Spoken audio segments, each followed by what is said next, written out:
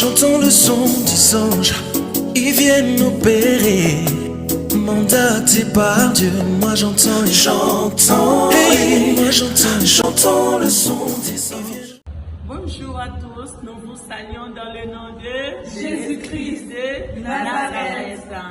Alors, nous voulons juste partager avec vous durant les cours qu'on a eu durant toute la semaine, le mardi, le jeudi également, le dimanche, aujourd'hui. Ma sœur Kérina, ça va? Oui, ça va par la grâce de Dieu. Donc notre sœur Kérina va partager avec vous les cours qu'on a eu le mardi. Alors le mardi, nous avons été enseignés dans le livre de Actes 20, versets 1 à 12.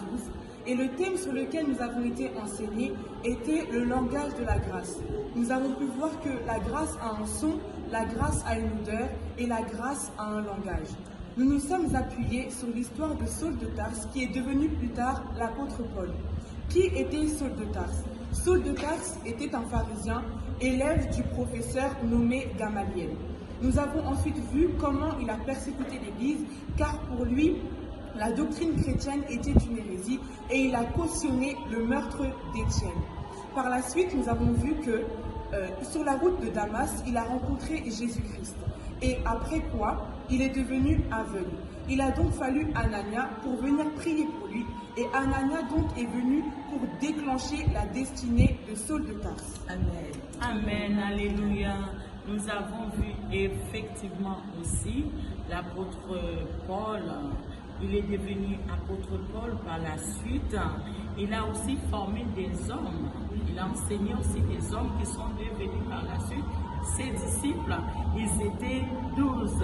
Puis, suite à une réunion qu'il avait organisée avec ses disciples, il y a eu un jeune homme, un certain Eutychus, qui était assis au bord de la fenêtre. Puis un profond sommeil est tombé sur lui. Il est tombé par la fenêtre. Puis l'apôtre Paul est descendu, l'a pris dans ses bras, puis dit au peuple de ne pas s'inquiéter. Son âme vit encore, son âme est encore en lui. Amen. Nous avons pu voir aussi que pour entrer dans la grâce, il y a 3 facteurs très importants. Il y a la parole, il y a l'onction et il y a l'alliance. Amen. Amen. Alléluia. Merci Seigneur. Ma sœur Edith, ça va? Ça va. D'accord. Notre sœur Edith va partager la parole avec nous le jeudi. Alors le jeudi, nous avons vu le décryptage spirituel dans le livre de 1 Samuel 4, verset 21 et Genèse 35, verset 18. Et pour comprendre le message du jeudi, il est nécessaire de savoir qu'est-ce le décryptage. Donc, le décryptage, c'est faire allusion au décodage. En d'autres termes, c'est mettre au clair à travers une clé un message chiffré. Notre Père nous a enseigné que la clé est la représentation de la révélation. Et il nous a aussi dit qu'il y a certaines clés qui correspondent à certaines saisons. Au travers du langage, nous pouvons comprendre si la personne en face de nous a reçu la bonne clé. Amen. Amen. Alléluia. Je me rejoins à toi, Sœur Edith, pour dire qu'il a aussi donné les clés du royaume à Pierre. Une chose que nous devons comprendre, nous devons demander la bonne clé à Dieu pour la guérison, pour la délivrance. Alléluia. Amen. Cela va nous permettre de briser ces malédictions. Alléluia. Amen. Quand nous sommes dans le décryptage spirituel, nous ne sommes plus dans notre propre stratégie, mais dans la stratégie de l'Éternel. Amen. Alléluia. Amen.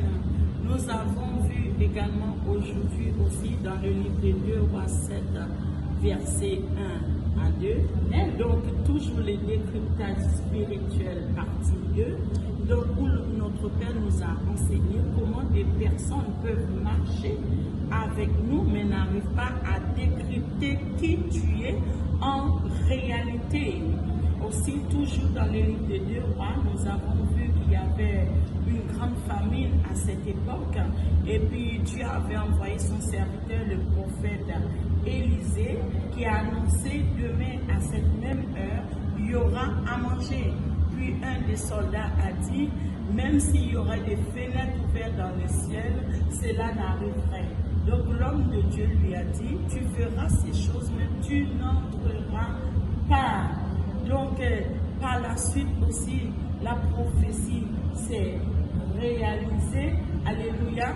C'est pour dire que demain, notre Père a annoncé que demain, à cette même heure, pour dire à un enfant de Dieu, à une personne qui ne connaît pas encore Christ, si tu crois à ce message, demain à cette même heure, la résurrection rentre chez toi. Amen. Demain à cette même heure, la vie de Christ va rentrer chez toi. Amen. Demain à cette même heure, la nourriture va rentrer sur toi, c'est-à-dire la fin des famines. Amen. Demain à cette même heure, Dieu va envoyer son ange pour te bénir, pour sécuriser ta vie, dans le nom de Jésus-Christ.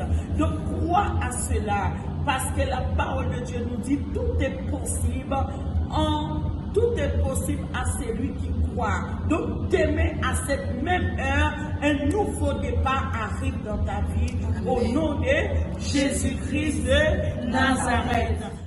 Le ciel, le ciel, le ciel est ouvert. Le ciel, le ciel, le ciel est ouvert. L'échelle est dressée, les anges entrent en activité. Le ciel est ouvert.